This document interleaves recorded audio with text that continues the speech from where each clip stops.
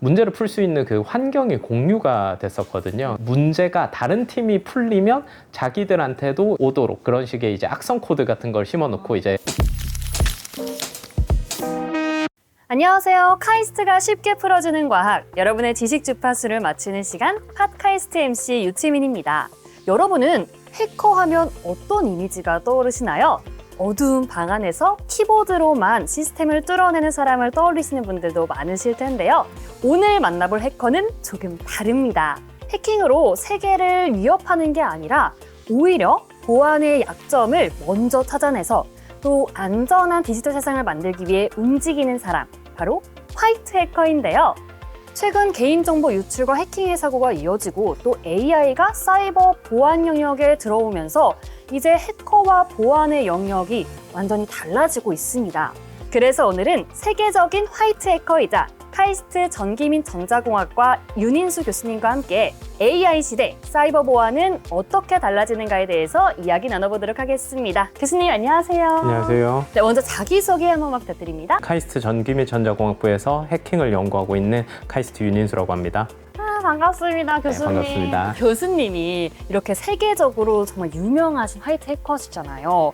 근데 화이트 해커가 정확히 어떤 일을 하는 건지 좀 궁금한데. 해커가 시스템을 보호하는 취약점을 찾아서 이렇게 해킹을 하는 사람이라고 하면은 화이트 해커는 말씀해 주신 대로 그것들을 먼저 찾고 먼저 찾아서 그것들을 먼저 방어해서 시스템을 안전하게 만드는 사람이라고 이야기할 수 있을 것 같아요. 교수님은 언제부터 컴퓨터에 있어서 관심이 갔고 또 이제 해커가 되겠다 이런 생각이 좀 들었어요? 제가 중학교 때 이제부터 좀 컴퓨터에 관심이 있었어요. 뭐 시골에 살았어가지고 이제 그렇게 많은 거를 배우지 못했지만 카이스트에 진학을 하게 되면서 그때부터 이제 컴퓨터를 하게 됐고요. 제가 해킹이나 보안을 접하게 된 거는 해킹 동아리가 있어요. 그래서 그 동아리를 통해서 뭐 해킹을 배우고 보안을 배우고 했던 것 같습니다. 대학교의 그 동아리가 정말 이렇게 교수님을 교수님이 보니까 정말 세계적인 해킹 데바이스에 정말 성과를 많이 내셨잖아요. 가장 기억에 남는 순간이 있다면 언제가 있을까요? AICC라고 하는 AI를 활용을 해서 해킹을 자동화하는 그런 대회가 있었거든요. 해킹 대회는 하다 보면은 이제 대회가 끝날 때쯤에는 내 순위가 몇이겠다 이런 것들이 보이는데요. AIXCC 대회는 이제 해킹을 할 수 있는 어떤 프로그램 같은 거를 만들어서 제출한 다음에 그냥 그 달에 결과만 빵 하고 발표를 하는 거예요. 그러다 보니까 저희가 우승을 했었는데 그 결과가 나왔을 때 조금 더 뭐 감동이 있었고 기쁨이 있었던 것 같습니다. 근데 그 해킹 대회에서는 어떤 문제를 푸나요? 영화처럼 이렇게 딱, 자, 제한 시간 내에 이 시스템을 뚫어보세요. 이렇게.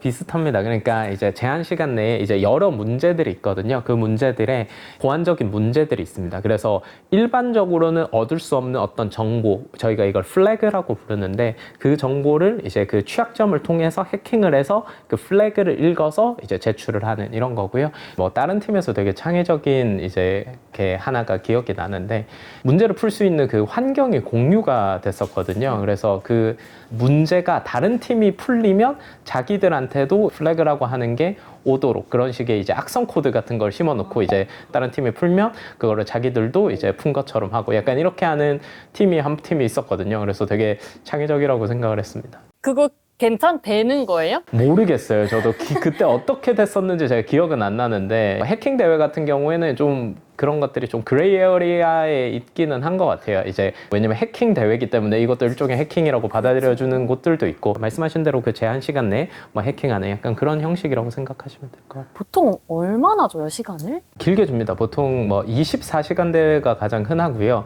뭐 48시간, 뭐 72시간 이런 대회들도 있긴. 그러면 그 시간 동안은 잠도 그럼 거의 못 자는 거 아니에요? 젊었을 때는 안 잤고요. 지금은 그리고 또 요즘에 교수님 최근에 통신사라든지 뭐 쇼핑 사이트, 뭐 OTT 이런 곳에서 이 개인정보 유출 사고나 해킹 사고가 좀 많아지고 있는 것 같은데 왜 그럴까요? 일단 저는 두 가지 측면이 있다고 생각을 하는데요. 첫 번째는 뭐냐면은 우리가 이제 점점 더 이제 보안에 대해서 신경을 쓰기 시작하면서 과거에 해킹을 당했던 걸 발견을 하고 있는 걸 수도 있고요. 뭐 예를 들면은 통신사 해킹들 중에도 뭐 일부분 같은 경우에는 사실 그때 해킹을 당한 게 아니라 그 전에 해킹됐던 게 이제 발견이 된 거거든요. 그래서 해킹은 이제 과거부터 일어났다라고 말씀을 드릴 수가 있을 것 같고, 두 번째로는 이제 AI가 워낙 발전을 하면서 이제 AI가 이제 해킹에 대한 많은 도움들을 주고 있거든요. 그렇기 때문에 그런 것들로 인해서 보이지 않나라고 생각이 듭니다.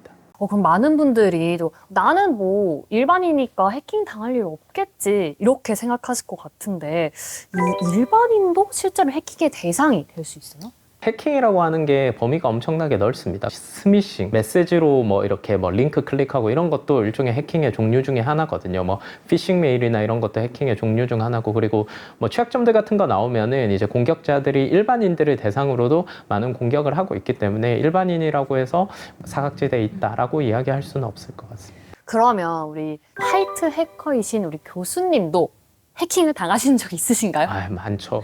저도 뭐 가끔씩 이제 중국 IP로 뭐 로그인을 했다 뭐 이런 것들도 날라오기도 하고, 뭐 저도 당연히 뭐 해킹의 대상이 되고 해킹을 당하기도 합니다. 네. 그러면은 평소에 교수님이 개인적으로 이거는 꼭 지키는 보안 이제 습관 아니면 원칙이 있나요?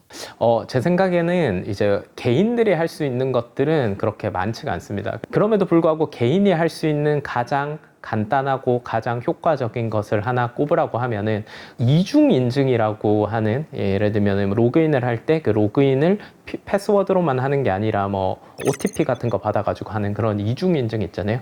그 이중 인증을 꼭 활성화가 되는 곳에서는 활성화하려고 노력을 많이 하는 것 같아요. 저도 사실 귀찮아서 안 했는데 그 꼭 해야겠네요, 이중 보안을. 그게 가장 간단하면서도 가장 효과적인 보안 방법 중에 하나라고 생각을 하기 때문에 하시는 것을 추천드립니다. 정말 이거 정말 꿀팁인데요. 저 몰랐어요.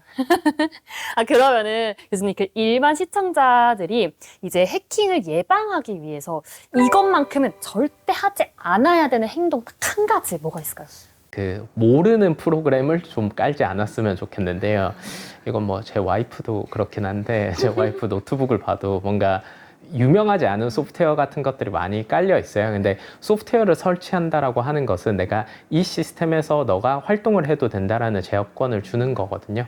그렇기 때문에 내가 깔아도 되는 소프트웨어인지 이런 것들을 조금 더 세밀하게 검토를 하고 이제 설치를 하는 것을 추천드립니다. 일반인이 세밀하게 검토하기는 조금 어렵잖아요. 막 내용이 자체가 뭘 보기 싫고 막 이러잖아요. 그 문구보다는 이제 그런 소프트웨어 같은 게 이제 일반적으로 많이 사용되는 소프트웨어만 좀 깔면은 좋을 것 같고, 뭐 처음 들어본 소프트웨어를 깔라라고 하면은 그런 것들은 최대한 안 까는 것을 추천드리고요. 이제 악성 코드나 이런 것들이 있을 수도 있기 때문에 그런 것들은 좀 지양하는 게 좋지 않나. 뉴스에서 종종 그 제로데이 취약점이라는 게 보이거든요. 이 제로데이 취약점은 정확히 좀 어떤 건지 좀 쉽게 설명 부탁드립니다. 제로데이 취약점이라는 것은 뭐냐면은 이때까지 발견되지 않았고 그렇기 때문에 패치도 존재하지 않는 취약점들을 이제 제로데이 취약점이라고 하고요.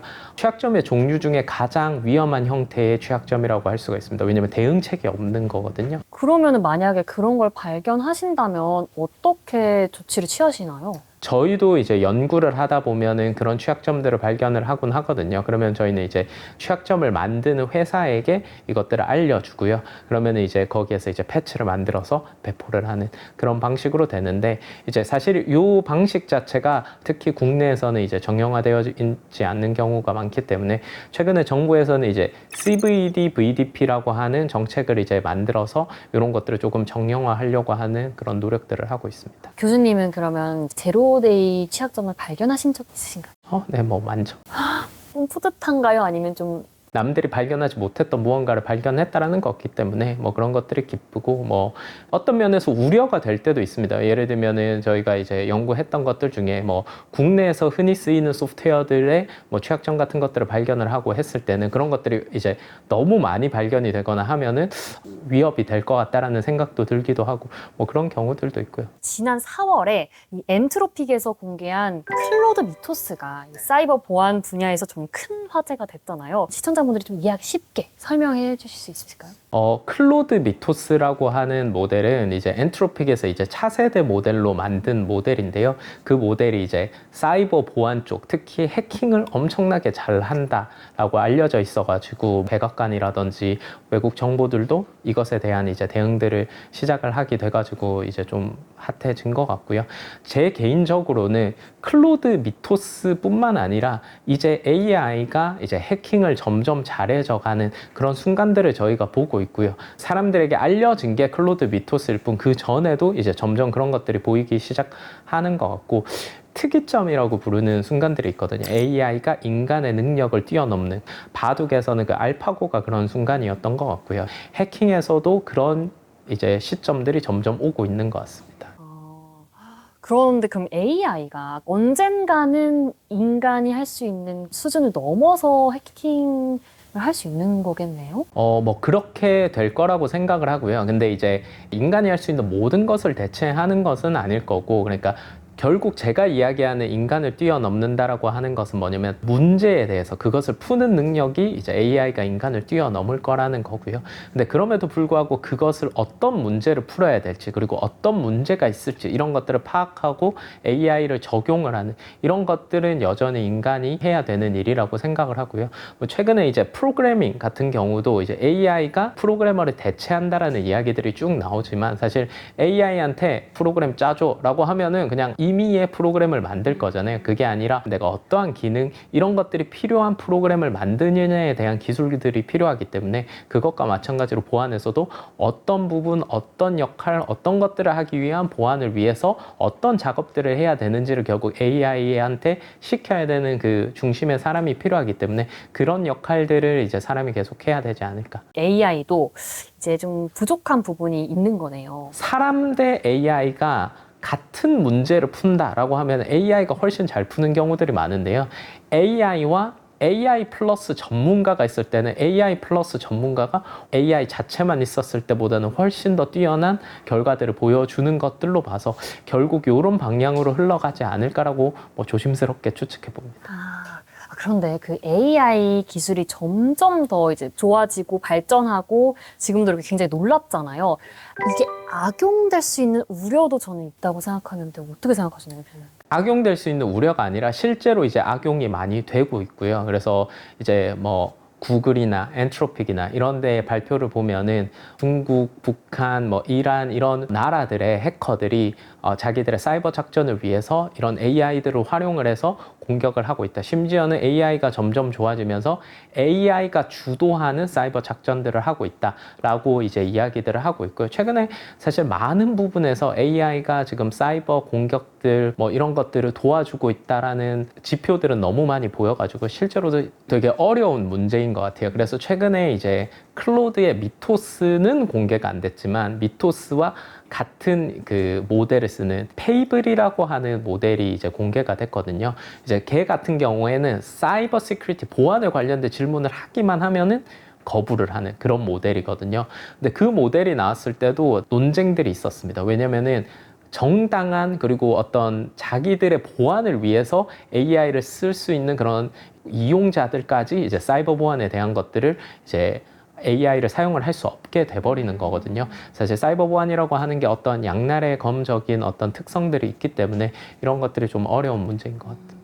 해커나 보안 전문가를 이제 꿈꾸는 학생들도 많을 것 같거든요. 그 학생들이 뭐부터 공부하면 좋을지. 일단 첫 번째로는 이제 카이스트를 오시는 게 카이스트 해킹 동아리를 카이스트를 와서 카이스트 해킹 동아리에 들어오는 게 중요하다라고. 아직도 있나요? 아직도 있습니다. 네, 아직도 너무 잘하고 있고요. 네, 그게 가장 중요하다고 이야기를 할 수 있을 것 같고, 좀 어려울 것 같아요. 그 외에는 컴퓨터라는 거를 잘 이해하는 게 되게 중요한 것 같습니다. 이제 해킹이라고 하는 것은 뭐냐면은 내가 가지고 있는 이해에서 이거를 조금 더 어떻게 보면 삐뚤어진 시각으로 바라보는 거거든요. 그러기 위해서는 컴퓨터라고 하는 것을 충분히 잘 이해를 해야 내가 어떻게 요거를 조금 더 비틀어서 볼 수 있을 건가, 이런 것들이 달라지는 거기 때문에 결국 이 시스템에 대한 이해가 중요하고, 그러기 위해서는 기초가 단단해야 됩니다. 그래서 컴퓨터에 대한 기본적인 지식들과 기초들을 탄탄히 하고 그 위에서 이제 해킹이라고 하는 지식들을 이제 조금 쌓아 올라가는 것이 좀 더 높이 성장할 수 있는 길이 아닌가라고 생각합니다. 일단 카이스트 해킹 동아리에 들어라. 중요하다. 그렇지만 그게 너무 어려운데. 그게 중요하다. 그게 제일 중요하다. 마지막으로 오늘 이 영상을 시청하고 계신 우리 시청자분들에게 사이버 보안에 대해서 꼭 기억했으면 하는 메시지가 있다면 한 말씀 부탁드릴게요. 사이버 보안이라고 하는 분야가 이제 일반 대중들한테는 조금 어려운 부분일 수도 있는데 실제로는 저희 피부에 맞닿아 있는 되게 가까이 있는 분야들이고요. 그래서 이런 것들에 대한 관심을 조금 더 많이 가져주셨으면 좋겠고, 안 좋은 소식들이 많이 들리는데 저도 안타깝지만 이제 저희가 조금 더 노력을 해서 사이버 보안적으로 안전한 대한민국을 좀 만들 수 있도록 노력하도록 하겠습니다. 감사합니다. 네, 오늘 이렇게 교수님과 이야기를 나누다 보니까 해킹이라는 게 단순히 시스템을 뚫는 기술이 아니라 우리의 일상과 사회를 더욱더 안전하게 지킬 수 있는 아주 중요한 연구 분야라는 걸 새롭게 느꼈습니다. 화이트 해커의 역할부터 개인정보 유출, 그리고 제로데이 취약점, 마지막으로 AI가 보안의 영역에 들어가는 변화까지 사이버 보안은 이제 전문가들만의 이야기가 아니라 이제 디지털 세상에서 살아가는 우리 모두가 관심 가져야 되는 주제가 된 것 같습니다. AI 기술이 점점 정교화되는 시대 속에서 앞으로 인간 보안 전문가와 그리고 AI가 협업하는 그 새로운 날이 오기를 저는 더욱더 궁금해하며 기다리고 있겠습니다. 오늘 교수님 이야기 나누는데 어떠셨어요? 이렇게 유튜브 촬영을 처음 해봐가지고 좀 떨렸던 것도 있고, 그 다음에 조금 부족한 면들도 있었던 것 같고요. 뭐 그런 것들이 좀 아쉬웠던 것 같고, 뭐 그래도 아나운서님께서 너무 진행을 잘 해주셔가지고 뭐 편하게 했던 것 같습니다. 오늘 정말 너무너무 감사드립니다. 교수님 덕분에 많은 지식과 정보를 얻어갑니다. 네, 그럼 지금까지 카이스트 전기 및 전자공학부 윤인수 교수님과 함께했습니다. 귀한 시간 내주셔서 감사합니다.